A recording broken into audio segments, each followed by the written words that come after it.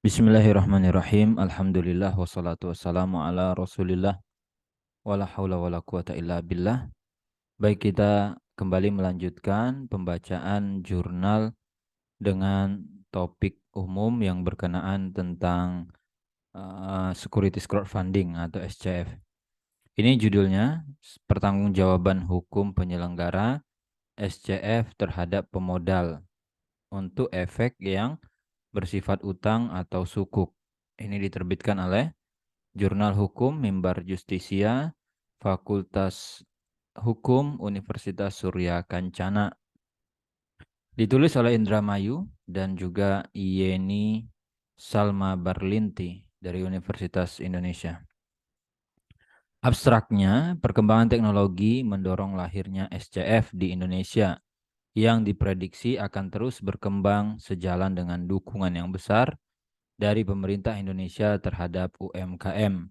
Berbeda dengan ECF, SCF terdapat penawaran efek yang bersifat utang atau sukuk, EBUS. Ya.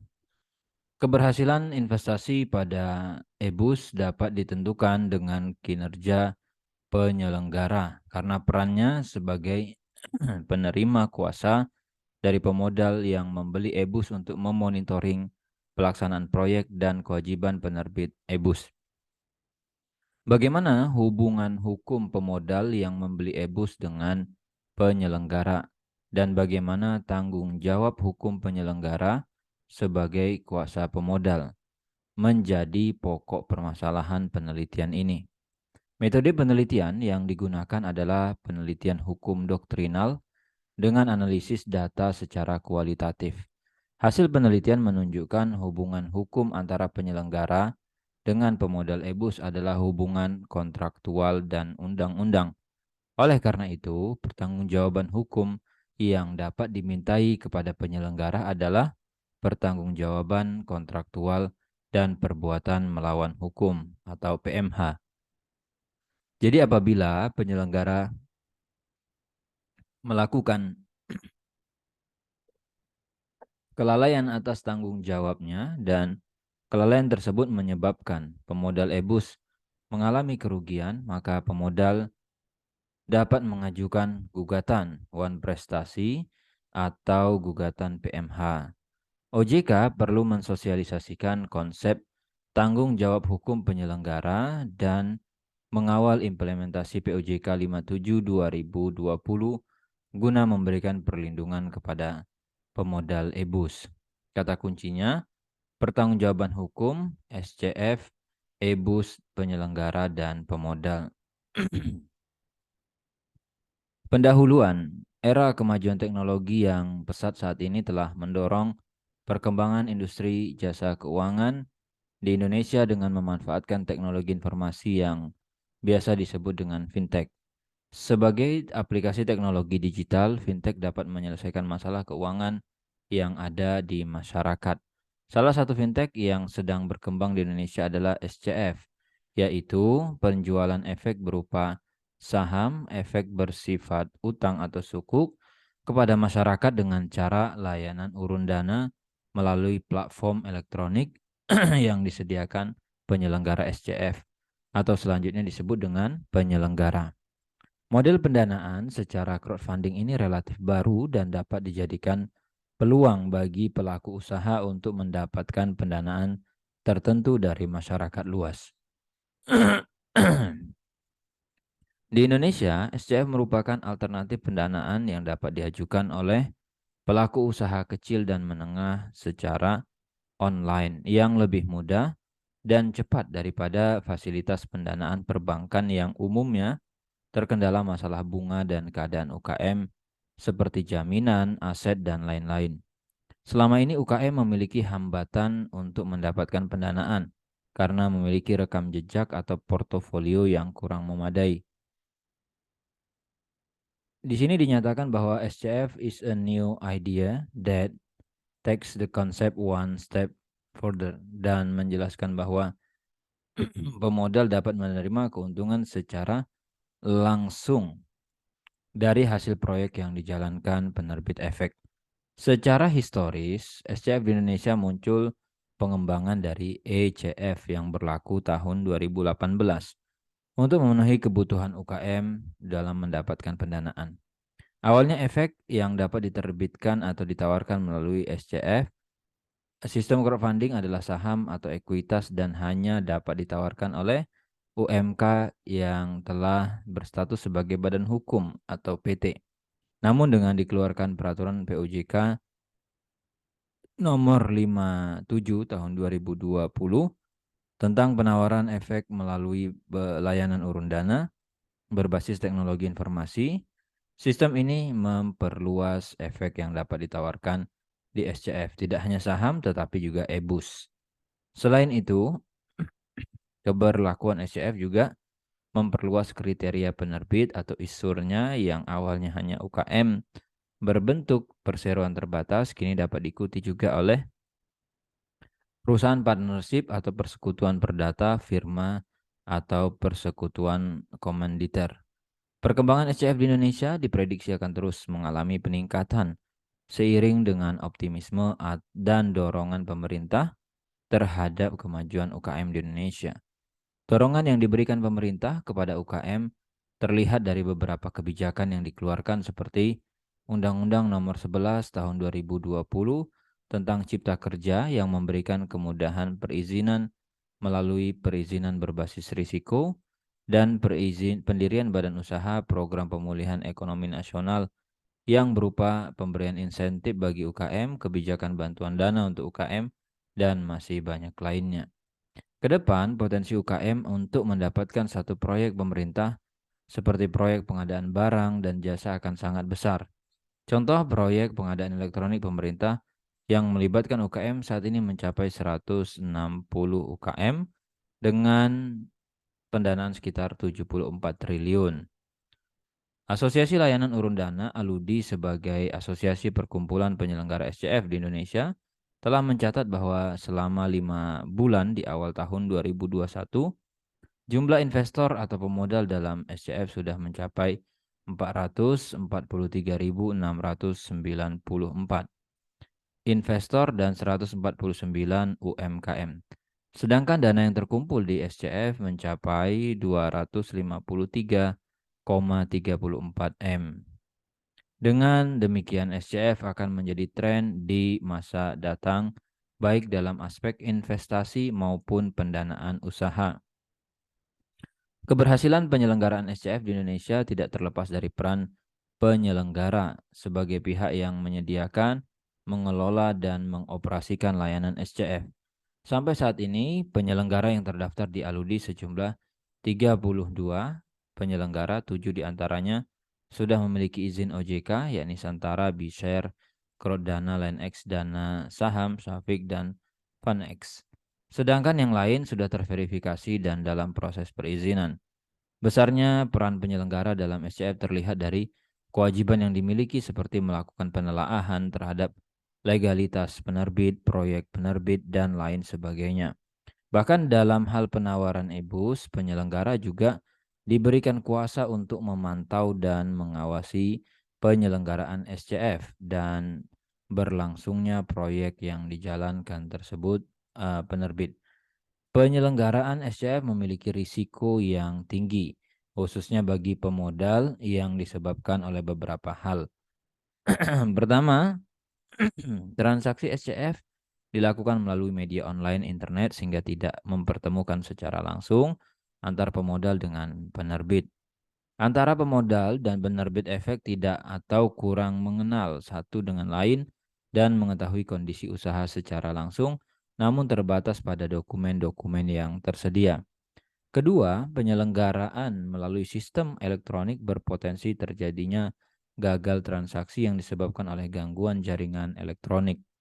Ketiga, penerbit efek merupakan perusahaan startup yang notabene belum memiliki pengelolaan perusahaan yang baik. Hal ini memberi risiko kegagalan usaha yang didanai oleh pemodal. Keempat, penerbit yang dapat mengajukan pendanaan di SCF tidak hanya PT, tapi juga dapat berupa CV, firma, atau persekutuan perdata yang pertanggungjawaban dalam hal pengelolaan perusahaan berbeda dengan PT.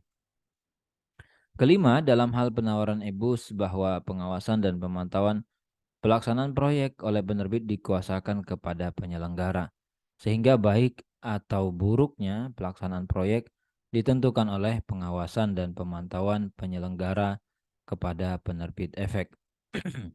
Munculnya masalah dalam SCF terutama berinvestasi pada e-bus seperti gagal bayar, telatnya pelaksanaan kewajiban penerbit kepada pemodal, dan lain sebagainya, tidak hanya disebabkan karena kelalaian penerbit, tapi juga disebabkan oleh penyelenggara dalam hal pengawasan dan pemantauan proyek serta kewajiban-kewajiban penerbit kepada pemodal.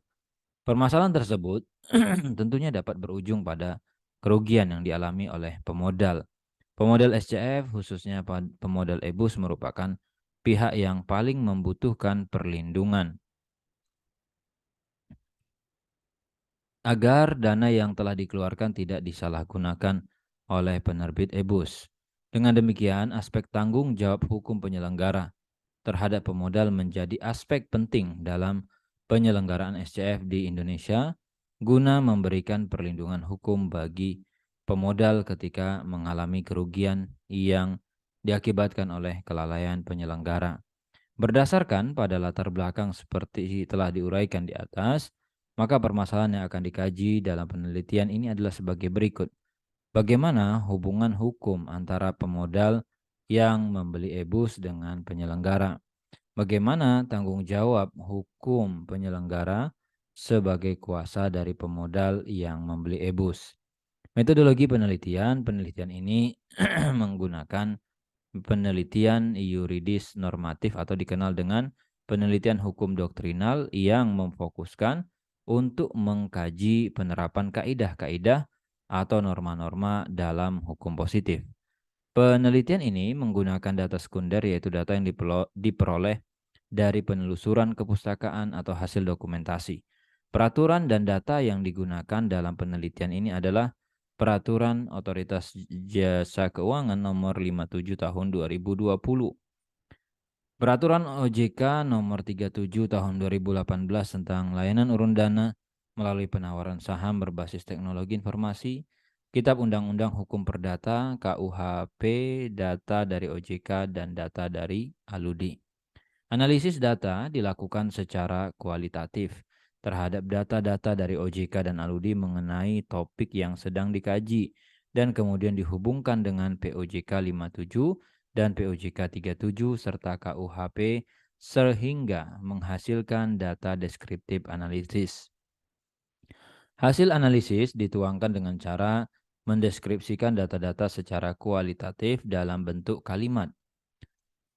Tahapan-tahapan dalam penelitian ini adalah identifikasi fakta dan isu hukum yang relevan mengenai SCF di Indonesia, pengumpulan data-data penelitian, pengkajian dan analisa terhadap data-data penelitian yang telah dikumpulkan guna menjawab pokok permasalahan dalam penelitian, yakni mengenai hubungan hukum antar pemodal yang membeli e-bus dengan penyelenggara, serta menjawab tanggung jawab hukum penyelenggara sebagai kuasa dari pemodal yang membeli e-bus, dan diakhiri dengan penarikan kesimpulan yang disertai saran untuk perbaikan dalam penyelenggaraan SCF di Indonesia.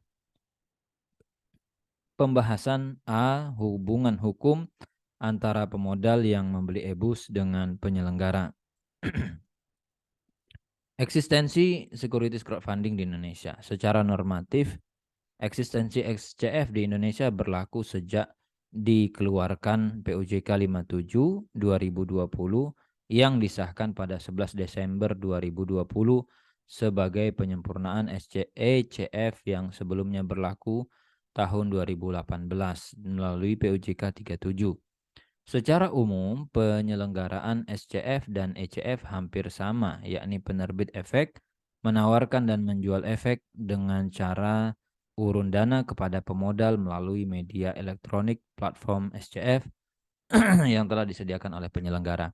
Namun, SCF memiliki lingkup yang lebih luas dari ECF. Sebelum diberlakukan SCF, penawaran efek berbasis teknologi informasi ini dikenal dengan ECF, di mana efek yang diperjualbelikan hanya terbatas pada efek bersifat ekuitas atau saham. Sehingga penerbit efek yang dapat memanfaatkan fasilitas ECF adalah perusahaan yang berbentuk PT. Pada dasarnya model pendanaan crowdfunding ini tidak hanya dianggap sebagai sumber pendanaan saja, melainkan juga sebagai usaha untuk mendorong perkembangan UKM. Berhubungan dengan dukungan pemerintah terhadap perkembangan UKM di Indonesia dan tidak semua UKM berbentuk PT, maka SCF merupakan kegiatan yang masuk dalam sektor pasar modal. Berdasarkan pasal 2 PUJK 2057-2020, sehingga para pihak yang terlibat dalam SCF dinyatakan melakukan kegiatan pasar modal. Ruang lingkup SCF di Indonesia berupa penawaran efek yang bersifat ekuitas, baik saham maupun efek lain yang wajib dikonversikan menjadi saham dan EBUS. Perusahaan yang dapat menerbitkan efek yang akan ditawarkan pada pemodal SCF dapat berbentuk badan usaha berbadan hukum seperti PT maupun tidak berbentuk badan hukum seperti CV, firma, atau persekutuan perdata. Sesuai dengan karakteristiknya, perusahaan yang berbentuk PT dapat menawarkan efek di SCF berupa saham maupun EBUS, sedangkan CV, firma, dan persekutuan perdata hanya dapat menawarkan EBUS saja. Khusus untuk sukuk, penerbitnya harus merupakan perusahaan yang menjalankan usaha berdasarkan prinsip syariah. SCF merupakan solusi dan alternatif pendanaan bagi UKM guna mengembangkan usahanya. Karena selama ini hambatan yang dihadapi UKM adalah sulit mencari sumber pendanaan. Konsep pendanaan SCF adalah menggunakan kekuatan dari kerumunan atau crowd untuk mendapatkan sejumlah dana secara kolektif untuk memodali proyek yang diajukan suatu perusahaan pemula yang mungkin pendanaan tersebut tidak didapatkan dari pendanaan konven pada umumnya. Dengan demikian, mekanisme penyelenggaraan SCF di Indonesia dibuat secara mudah daripada proses pendanaan pada umumnya. Penerbit efek mendaftar kepada platform penyelenggara, kemudian penyelenggara melakukan penelaahan terhadap semua persyaratan dan dokumen yang diwajibkan. Penerbit dapat menghimpun dana di SCF sebesar maksimal 10 miliar. Dalam batas waktu 1 tahun, sedangkan masa penawaran di SCF paling lama 45 hari. Perdagangan efek yang ditawarkan penerbit kepada pemodal dilakukan melalui platformnya penyelenggara. Kemudian yang diberikan SCF dan potensi perkembangan SCF di Indonesia telah mendorong minat UKM untuk menawarkan efek di SCF serta mendorong pemodal untuk investasi melalui SCF. Namun mengingat SCF merupakan hal yang baru diberlakukan. Sampai saat ini penyelenggara belum menerima pengajuan pendanaan berupa penawaran EBUS, baik oleh perusahaan PT maupun perusahaan CV, firma, atau persekutuan perdata. Misalnya pada platform Santara sebagaimana tertera di website, penerbit yang terdaftar sebanyak 89 penerbit dan semua berupa penawaran saham oleh PT, begitupun yang terjadi pada B-Share yang telah menerima 61 penerbit berbentuk PT pihak-pihak dalam SCF. Transaksi dalam crowdfunding termasuk SCF tidak dapat dilakukan secara langsung antar para pemodal dengan penerbit efek, melainkan melalui satu portal internet atau platform sebagai perantara financial intermediaries. Dengan demikian terdapat 3 pihak yang terlibat langsung dalam penyelenggaraan SCF, yaitu penerbit efek selaku penjual efek, pemodal selaku penerbit efek yang ditawarkan penerbit efek, dan penyelenggara sebagai pihak yang memperantarai transaksi efek antara penerbit dengan pemodal melalui platform yang telah disediakannya.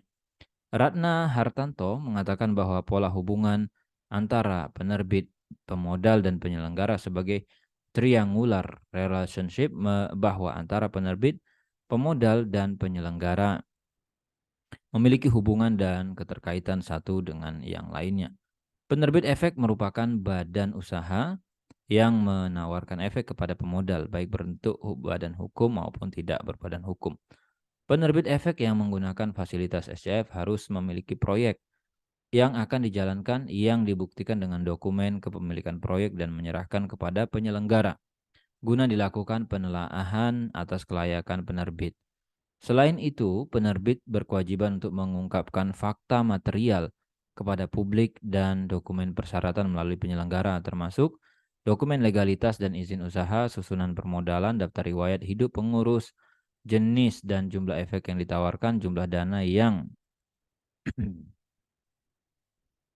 akan dihimpun dan tujuan penggunaannya, jumlah minimum dana yang ingin diperoleh jika ada, rencana bisnis atau proyeksi pendapatan, laporan keuangan dengan standar akuntansi UMKM, surat pernyataan kesanggupan untuk melakukan perjanjian dengan lembaga, penyimpanan dan penyelesaian dalam rangka pendaftaran efek, risiko utama yang dihadapi penerbit, informasi mengenai liquidnya, efek yang ditawarkan, dan informasi material lain yang perlu disampaikan. Dalam SCF, pemodal memiliki kedudukan yang sama seperti investor dalam investasi di pasar modal pada umumnya, yakni sebagai pihak yang membeli efek dari penerbit. Namun, pemodal dalam SCF memiliki batasan pembelian efek karena disesuaikan dengan profil risiko yang dimiliki masing-masing pemodal, sebagaimana diatur pasal 56 ayat 3 POJK 57. Pembatasan tersebut bertujuan mengurangi potensi risiko yang ada pada pemodal. Selain penerbit efek dan pemodal, penyelenggara juga merupakan pihak yang terlibat langsung dalam penyelenggaraan SCF di Indonesia. Penyelenggara merupakan perantara atau an intermediary yang menjadi penghubung antar pemodal, funders, backers, or investors untuk berinvestasi dengan perusahaan, proposers, atau issuers yang sedang mencari pendanaan untuk proyek usahanya. Lohar dalam Monica Kuti dan kawan-kawan menjelaskan bahwa ada 3 hal penting yang harus diperhatikan penyelenggara sebagai an intermediary dalam bisnis crowdfunding, yaitu 1. Project pre-screening, di mana penyelenggara berperan menyaring penerbit dan pemodal dalam platform, serta penggunaan kontrak standar yang harus sesuai dengan hukum yang berlaku. 3. Komunikasi untuk mengurangi informasi asimetri dan mempromosikan strategi kampanye yang seragam. Selain sebagai an intermediary, Fitins menyampaikan bahwa penyelenggara membantu penerbit dengan cara penyediaan katalog dan campaign media sosial dalam rangka mencari pemodal yang potensial. Penyelenggara harus berbentuk PT atau koperasi, memiliki izin OJK, dan terdaftar di Kominfo. Guna mengantisipasi masalah teknologi, penyelenggara diwajibkan memiliki SDM yang ahli dalam bidang teknologi informasi. Penyelenggara memiliki kewajiban menelaah semua persyaratan penerbit yang ditentukan dalam POJK 57 dan menentukan kelayakan penerbit untuk mengajukan pendanaan di SCF. Selain itu, penyelenggara berkewajiban mengontrol pelaksanaan hak dan kewajiban pengguna dalam penyelenggaraan SCF di Indonesia. 3. Hubungan hukum antara penyelenggara dengan pemodal. Pasal 61 huruf C POJK 57 mengatur bahwa penyelenggara wajib melakukan perjanjian dengan pemodal mengenai penyelenggaraan di platform yang dikelolanya. Pengaturan tersebut menjadi landasan yuridis hubungan hukum antara penyelenggara dengan pemodal bahwa terdapat perikatan antara penyelenggara dengan pemodal. Perjanjian antara pemodal dengan penyelenggara mengikat para pihak ketika terjadinya persetujuan pemodal secara elektronik dalam platform SCF. Dengan demikian, ketentuan-ketentuan mengenai perikatan yang lahir karena kontrak atau persetujuan sebagaimana diatur dalam pasal 1313, 1351 KUH Perdata berlaku dalam hubungan hukum antar penyelenggara dengan pemodal. Perjanjian dalam bisnis crowdfunding merupakan hal yang fundamental karena terjadi ketergantungan pengguna, pemodal, dan penerbit kepada penyelenggara, mengingat perjanjian dibuat secara baku oleh penyelenggara.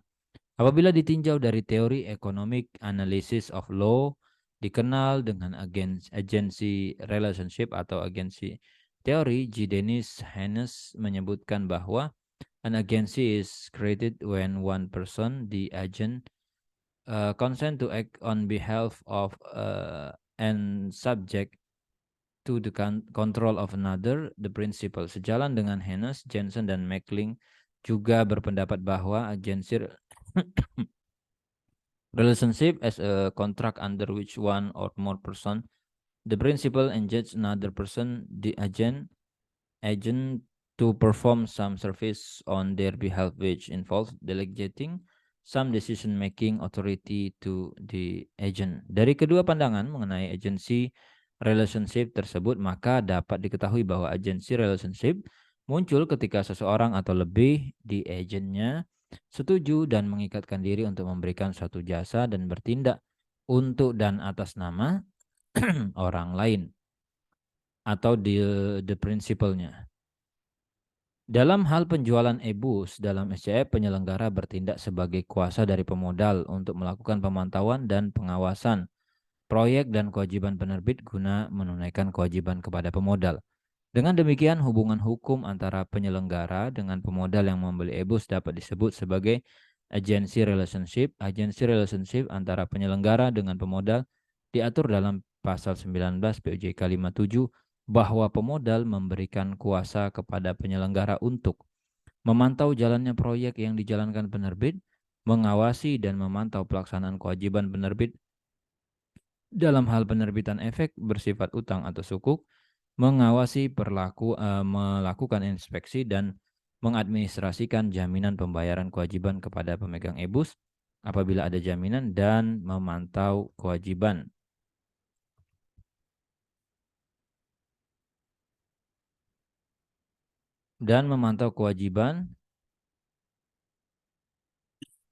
Pembayaran penerbit kepada pemegang efek. Pemodal sebagai prinsipal dan penyelenggara sebagai agent pada hakikatnya memiliki kepentingan yang berbeda-beda untuk mendapatkan manfaat yang sebesar-besarnya bagi masing-masing pihak dalam menjalankan agency relationship. Pemodal memiliki kepentingan agar investasi berjalan lancar dengan cara pemantauan dan pengawasan terhadap penerbit yang dikuasakan kepada penyelenggara yang memiliki kapasitas. Sedangkan penyelenggara memiliki obsesi untuk mendapatkan kompensasi dari pemodal atas jasanya. Pemberian kuasa dari pemodal e-books kepada penyelenggara untuk memantau penerbit dalam penyelenggaraan SCF menyebabkan pengendalian atau kontrolnya terhadap penerbit berada di tangan penyelenggara. Dalam agency relationship, kondisi demikian pada dasarnya akan menimbulkan permasalahan yang dinamakan dengan agency problem. Ada dua bentuk agency problem, yaitu terjadinya informasi asimetris, information asymmetry, dan konflik kepentingan, conflict of interest. Informasi asimetri yaitu suatu kondisi di mana agen umumnya memiliki informasi lebih banyak tentang perusahaan dan bisnis daripada prinsipal. Sedangkan konflik interest terjadi karena perbedaan kepentingan pada dasarnya masing-masing pihak menginginkan manfaat yang maksimal untuk kepentingan pribadi. Dalam penyelenggaraan SCF, informasi yang asimetri terjadi bahwa penyelenggara memiliki informasi lebih banyak mengenai bisnis yang dijalankan oleh penerbit e-books karena penyelenggara berperan sebagai kuasa dari pemodal e-books untuk mengawasi langsung proses penggunaan dana dari SCF sebagaimana diatur dalam pasal 19 ayat 2 PUJK 57 2020. Meskipun pemilik efek tersebut adalah pemodal e-books.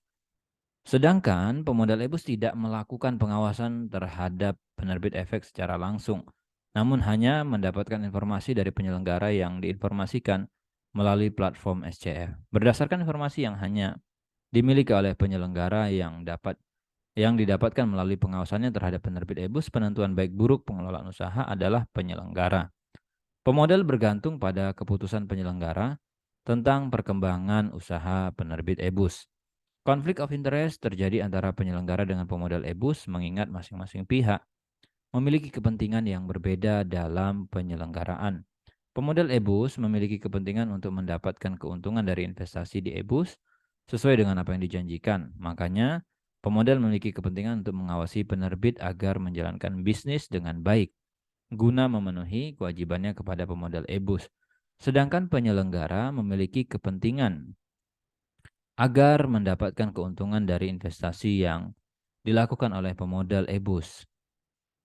Misalnya yang diberlakukan oleh platform BeShare yaitu platform fee untuk biaya penggunaan platform dan manajemen fee untuk setiap keuntungan pemodal e-books. Oleh karenanya penyelenggara tetap akan mendapatkan keuntungan melalui platform fee meskipun terjadi gagal bayar oleh penerbit kepada pemodal e-books. Dalam hal ini baik pemodal maupun penyelenggara memiliki kehendak yang sama untuk mengawasi penerbit e-books namun dengan kepentingan yang berbeda. Pemodal e-books memberikan kuasa kepada penyelenggara dengan harapan penyelenggara bekerja untuk kepentingan pemodal e-books.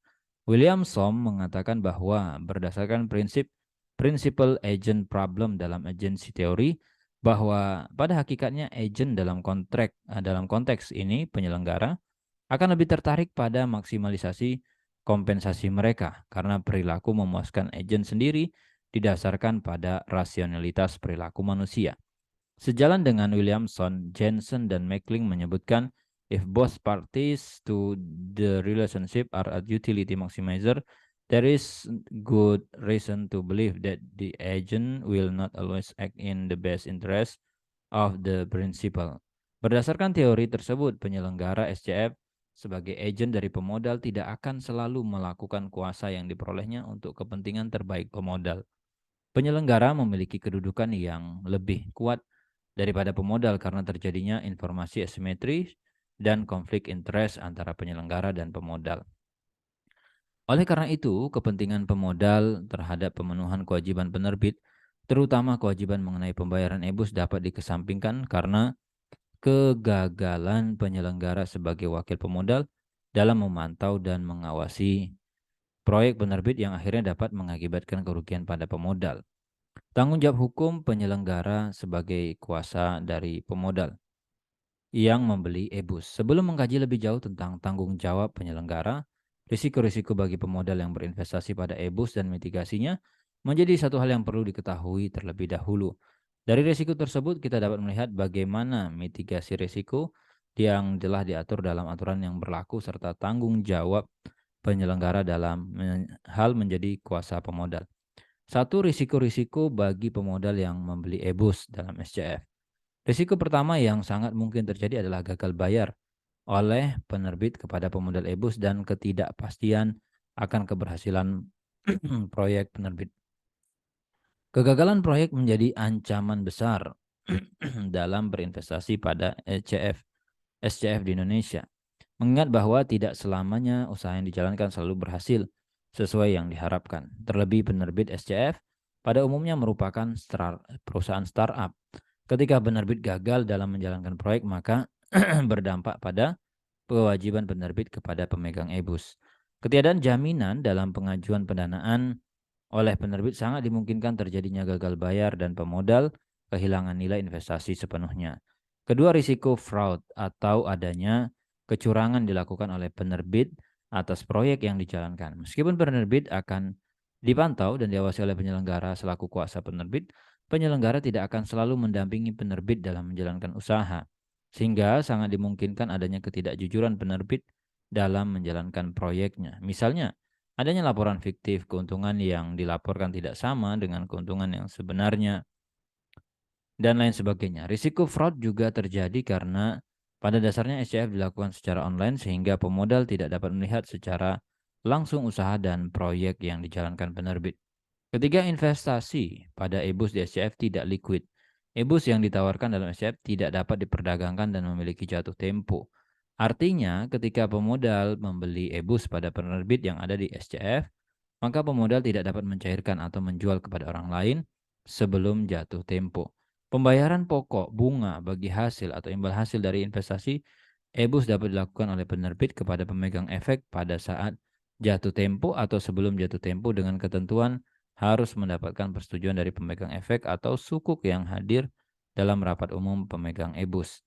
Oleh karena itu, pemilik EBUS tidak dapat menjual kembali efek tersebut sesuai dengan keinginannya. Sebenarnya pasal 43 ayat 1 PUJK 57 telah memberikan ruang bagi penyelenggara untuk menyediakan sistem bagi pemodal untuk memperdagangkan efek penerbit yang telah dijual melalui pasar sekunder yang disediakan penyelenggara. Namun ketentuan tersebut tidak berlaku bagi EBUS, sebagaimana larangan penjualan EBUS dalam pasal 30 ayat 1 huruf C PUJK 57. Keempat, tidak maksimalnya fungsi pemantauan dan pengawasan terhadap proyek penerbit mengakibatkan pada tidak maksimalnya hasil investasi. Konsep agency relationship yang dapat menimbulkan agency problem sebagaimana telah dijabarkan sebelumnya menjadi alasan bahwa masing-masing pihak dalam SCF memiliki kepentingan yang berbeda atau conflict of interest yang dapat menyebabkan tidak maksimal keuntungan yang diperoleh pemodal. Hubungan hukum antara penyelenggara dengan pemodal terjadi karena perjanjian awal ketika pemodal menyetujui term and condition pada saat menggunakan platform SCF penyelenggara. Artinya, perjanjian tersebut dapat dikatakan sebagai perjanjian baku yang telah disediakan penyelenggara untuk pemodal untuk mengikatkan dirinya dalam agency relationship dengan penyelenggara. Oleh karena itu, maksimal atau tidaknya pengawasan dan pemantauan penerbit ditentukan oleh peran penyelenggara sebagai kuasa penerbit. 2. Mitigasi risiko yang diatur dalam POJK 57 2020. Dalam rangka mengurangi risiko berinvestasi di SCF, terdapat batasan-batasan dan upaya meminimalisir risiko yang diatur dalam POJK 57. Pertama, adanya disclosure requirements, yaitu penerbit harus menggunakan fakta material pada dan melalui platform penyelenggara mengenai legalitas usaha, susunan permodalan, jenis dan jumlah efek, rencana bisnis dan proyek dijalankan, perizinan usaha, laporan keuangan, risiko utama yang dihadapi, informasi tidak liquidnya efek yang ditawarkan, kebijakan dividen, dan fakta material lain yang perlu disampaikan kepada calon pemodal. Kedua, penyelenggara wajib memuat pernyataan pada situs website. Penyelenggara merupakan pernyataan yang harus ditulis dengan format yang sama, persis sebagaimana diamanatkan pasal 27 POJK 57, yaitu menggunakan huruf kapital guna menjadi perhatian pengguna SCF. Pada intinya, pernyataan tersebut berisi disclaimer bahwa OJK tidak memberikan persetujuan ya atau tidak terhadap efek yang diterbitkan dan pernyataan tanggung jawab penerbit dan penyelenggara terhadap kebenaran data dan informasi yang disajikan. Ketiga, penyelenggara wajib mencantumkan risiko dalam situs website penyelenggara mengenai usaha, investasi, likuiditas, kegagalan sistem elektronik, kelangkaan pembagian dividen dan atau dilusi kepemilikan saham, gagal bayar untuk EBUS. Keempat, terdapat batasan dalam penawaran efek di mana penerbit hanya diperbolehkan menawarkan efek pada satu platform penyelenggara dengan batasan penghimpunan sebesar 10 miliar dalam jangka waktu 1 tahun. Kelima, terdapat batasan pembelian bagi pemodal. Pemodal yang memiliki penghasilan 500 juta rupiah per tahun dapat membeli efek maksimal 5% dari penghasilan per tahun. Sedangkan pemodal dengan penghasilan lebih dari 500 juta per tahun dapat membeli efek maksimal 10% total penghasilan per tahun. Namun ketentuan batasan maksimal tidak berlaku bagi pemodal berupa badan hukum dan pihak yang memiliki pengalaman berinvestasi di pasar modal. Tanggung jawab hukum penyelenggara selaku kuasa pemodal. Berbeda dengan tanggung jawab hukum penerbit EBUS, di mana pemodal dapat mengajukan gugatan perdata kepada pengadilan negeri atau mengajukan permohonan pilot kepada pengadilan niaga jika penerbit administrasi. Tanggung jawab penyelenggara kepada pemodal ketika tidak menjalankan tugas dan fungsinya dengan baik menjadi suatu pertanyaan. Tanggung jawab liability dalam kamus hukum didefinisikan sebagai keharusan bagi seorang untuk melakukan apa yang diwajibkan kepadanya. Tanggung jawab hukum dapat dimaknai sebagai akibat lebih lanjut daripada pelaksanaan peranan seseorang baik berupa hak dan kewajiban maupun kekuasaan serta dapat diartikan sebagai kewajiban untuk melakukan hal tertentu sesuai dengan cara yang telah ditentukan suatu aturan. Dalam hal penyelenggaraan SCF di Indonesia, tanggung jawab hukum penyelenggara dapat diartikan dengan tanggung jawab penyelenggara dalam menjalankan kewajibannya sebagai diatur POJK 57. Oleh karenanya, apabila terjadi kelalaian dan atas tanggung jawab yang telah diperintahkan, maka muncul satu konsekuensi hukum. Tanggung jawab hukum penyelenggara SCF tidak dapat dikaji dari dua sisi, yaitu sisi tanggung jawab penyelenggara sebagai penyelenggara sistem elektronik dan tanggung jawab penyelenggara sebagai kuasa dari pemodal yang membeli EBUS. Selain itu, konsep tanggung jawab hukum atau liability ditinjau dari lingkup bidang hukum dapat dilihat dari perspektif tanggung jawab secara hukum publik, baik hukum pidana maupun hukum administrasi, serta dan hukum privat perdata. Dalam tulisan ini hanya akan fokus mengkaji tanggung jawab hukum penyelenggara sebagai kuasa dari pemodal EBUS dikaji dari perspektif hukum perdata. Rosa Agustina mengklasifikasikan bentuk tanggung jawab hukum dalam perspektif hukum perdata menjadi dua, yaitu tanggung jawab kontraktual dan tanggung jawab perbuatan melawan hukum. Tanggung jawab kontraktual berdasarkan perjanjian yang telah dibuat para pihak, sedangkan tanggung jawab perbuatan melanggar hukum berdasarkan pada tanggung jawab yang diatur dalam undang-undang. Tanggung jawab kontraktual penyelenggara SCF muncul karena pada dasarnya hubungan hukum penyelenggara dengan pemodal EBUS terjadi karena hubungan perjanjian yang telah disetujui pemodal pada saat mengisi persetujuan elektronik terhadap isi perjanjian di platform penyelenggara. Namun dalam hal ini pemodal memiliki posisi yang lemah karena tidak memiliki tawar-menawar terhadap isi perjanjian baku yang disetujui secara elektronik.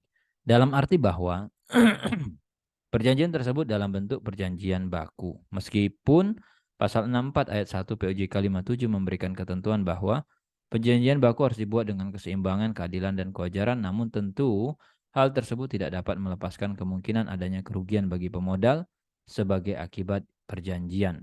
Misal dalam perjanjian yang ada dalam syarat dan ketentuan umum di platform BISER angka 6 huruf B nomor 10 tentang pernyataan dan jaminan pemodal, dan angka 8 tentang risiko bahwa pemodal harus melindungi dan menjamin penyelenggara dari klaim, gugatan, tuntutan ganti rugi, pertanggungjawaban, dan tuntutan lain dari pemodal, penerbit maupun pihak lain. Bahkan pemodal bisa dibebankan ganti rugi kepada penyelenggara jika penyelenggara mengalami kerugian atas tuntutan dari pihak manapun. Berdasarkan ketentuan tersebut, pemodal tidak dapat menuntut penyelenggara jika diduga adanya kelalaian penyelenggara dalam menjalankan tugas, baik sebagai penyedia layanan maupun sebagai penerima kuasa dari pemodal. Konsekuensi hukum atas penyelenggaraan terhadap perjanjian, pelanggaran terhadap perjanjian yang dilakukan oleh penyelenggara dapat dikatakan sebagai wan prestasi, dan pemodal EBUS dapat mengajukan gugatan wan prestasi ke pengadilan. Sesuai ketentuan hukum perdata, penyelenggara dapat dikatakan melakukan prestasi apabila tidak sama sekali melaksanakan kewajibannya, terlambat melakukan kewajiban, atau keliru dalam melakukan kewajiban. Konsekuensi dari wan prestasi penyelenggara adalah kewajiban membayar ganti rugi sebagai akibat langsung dari wan prestasi. Ganti rugi tersebut bertujuan sebagai mengganti kehilangan keuntungan yang dialami oleh pemodal EBUS dan menempatkan pemodal EBUS pada posisi seandainya penyelenggara tidak wan prestasi. Khusus hukuk ganti rugi atau ta'wid yang dapat dibebankan harus berdasarkan prinsip syariah, yaitu hanya kerugian real yang dapat diperhitungkan dengan jelas, sehingga besaran ta'wid pun harus sesuai dengan real loss yang pasti dialami atau fixed cost. Selain itu, penyelesaian perselisihan terkait ta'wid dapat menjadi satu perdebatan. Apakah harus diselesaikan melalui pengadilan agama atau dapat diselesaikan di pengadilan negeri umum. Meskipun demikian, para pihak dapat menentukan dalam perjanjiannya bahwa penyelesaian sengketa dilakukan melalui Badan Arbitrase Nasional Syariah Nasional jika penyelesaian secara musyawarah tidak mencapai kesepakatan. Selain tanggung jawab kontraktual, penyelenggara dapat dibebankan tanggung jawab PMH sebagaimana diatur pasal 1365 sampai 1380 KUH Perdata. Pada umumnya pasal yang sering digunakan dalam gugatan PMH adalah pasal 1365 yang mengatur bahwa setiap perbuatan melanggar hukum yang membawa kerugian pada orang lain mewajibkan orang yang karena salahnya menerbitkan kerugian itu mengganti setiap kerugian. Menurut Rosa Agustina, suatu perbuatan dapat dikatakan PMH harus memenuhi unsur bahwa perbuatan itu harus melawan hukum, ada kesalahan dari pelaku, ada kerugian, ada hubungan sebab akibat antara perbuatan dengan kerugian yang dialami korban. Secara yuridis, penyelenggara memiliki tanggung jawab menjalankan tugas sebagai penerima kuasa dari pemodal yang membeli EBUS untuk mengawasi pelaksanaan bisnis penerbit efek dan pelaksanaan kewajiban penerbit efek kepada pemegang EBUS. Sebagaimana telah dijelaskan sebelumnya, apabila terjadi kelalaian, kesalahan dari penyelenggara, baik direksi, pegawai maupun pihak lain yang bekerja pada penyelenggara dalam menjalankan tugas, maka penyelenggara dibebankan tanggung jawab terhadap kerugian yang dialami oleh pengguna, yaitu pemodal maupun penerbit efek. Dalam hal ini penyelenggara tidak menjalankan tugasnya dengan baik, maka penyelenggara dapat diberikan sanksi administratif berupa peringatan tertulis, denda, pembatasan kegiatan, pembekuan, pencabutan, pembatalan persetujuan, dan pembatalan pendaftaran. POJK 57 tidak mengatur mengenai mekanisme penyelesaian sengketa atau tuntutan tanggung jawab penyelenggara, termasuk mengenai gugatan atas kelalaian yang dilakukan oleh penyelenggara yang merugikan pemodal EBUS. Namun POJK 57 memberikan amanat mekanisme penyelesaian sengketa diatur dalam perjanjian yang dibuat antara penyelenggara dengan pemodal. Penyelenggara sebagai kuasa pemodal yang membeli EBUS dapat dikatakan melakukan PMH ketika memenuhi semua unsur. Pertama, ada perbuatan yang dilakukan penyelenggara, baik perbuatan tersebut atas sengaja atau tidak. Kedua, perbuatan yang dilakukan penyelenggara perbuatan yang melawan hukum atau bertentangan dengan yang diatur POJK 57. Perbuatan tersebut melawan hukum jika bertentangan dengan hak subjektif orang lain, bertentangan dengan kewajiban perilaku hukum, bertentangan dengan kesusilaan, dengan kepatutan, ketelitian, dan kehati-hatian. Ketiga, adanya unsur kesalahan dilakukan penyelenggara. Keempat, adanya kerugian dialami pemodal yang membeli EBUS. Kelima, harus ada hubungan sebab akibat antara perbuatan yang dilakukan oleh penyelenggara dengan kerugian yang dialami langsung artinya bahwa kerugian tersebut merupakan benar-benar akibat perbuatan yang dilakukan oleh penyelenggara. Penutup kesimpulan berdasarkan penjelasan pada bagian pembahasan di atas, maka dapat disimpulkan 1. Hubungan hukum antara penyelenggara dengan pemodal EBUS adalah hubungan kontraktual. Ditinjau dari agensi teori, dalam economic analysis of law, hubungan hukum antara penyelenggara dengan pemodal EBUS juga dikatakan sebagai agency relationship. Dalam agency relationship akan muncul agency problem berupa informasi asimetri dan konflik interest, di mana penyelenggara akan memiliki informasi lebih banyak baik mengenai penyelenggaraan SCF, penyelenggaraan proyek, maupun kontrol penerbit. Selain itu, penyelenggara maupun pemodal memiliki kepentingan masing-masing untuk memaksimalkan manfaat dari penyelenggara SCF, di mana penyelenggara memiliki kepentingan mendapatkan untung sebanyak-banyaknya dalam menjalankan kuasa. Hal tersebut akan menyebabkan kemungkinan kerugian yang dialami pemodal. Bentuk pertanggungjawaban hukum penyelenggara sebagai penerima kuasa dari pemodal yang memberi EBUS adalah tanggung jawab kontraktual dan tanggung jawab PMH. Tanggung jawab kontraktual terjadi ketika penyelenggara melakukan prestasi atas sisi perjanjian. Tanggung jawab PMH terjadi ketika penyelenggara melakukan tindakan tidak sesuai POJK 57. Tindakan tersebut dilakukan atas dasar kelalaian, menimbulkan kerugian, dan terdapat sebab akibat antara perbuatan dengan kerugian yang dialami pemodal. Sebagai saran, dalam hal melakukan sosialisasi kepada masyarakat, OJK hendaknya memasukkan konsep tanggung jawab hukum penyelenggara, baik sebagai platform SCF maupun sebagai penerima kuasa dari pemodal EBUS, beserta dengan penyelesaian sengketa yang dimungkinkan muncul dari penyelenggaraan SCF di Indonesia, agar semua pihak, khususnya pemodal EBUS, memahami apa yang harus dilakukan ketika mengalami kerugian yang diduga disebabkan oleh kelalaian penyelenggara. Oleh sebab itu, OJK sebaiknya melakukan pengawasan yang aktif terhadap implementasi POJK, khususnya mengenai jaminan tanggung jawab hukum penyelenggara apabila pemodal mengalami kerugian akibat kelalaian penyelenggara, termasuk dalam perjanjian baku yang dibuat penyelenggara agar tidak ada klausul mengenai pengalihan tanggung jawab terhadap pemodal. Penting pula bagi penyelenggara dan pemodal mengenal konsep investasi yang berlaku dalam sukuk karena didasarkan pada hukum Islam. Baik. Itu yang kita bisa baca ya. Ini sangat menarik sekali pembahasannya.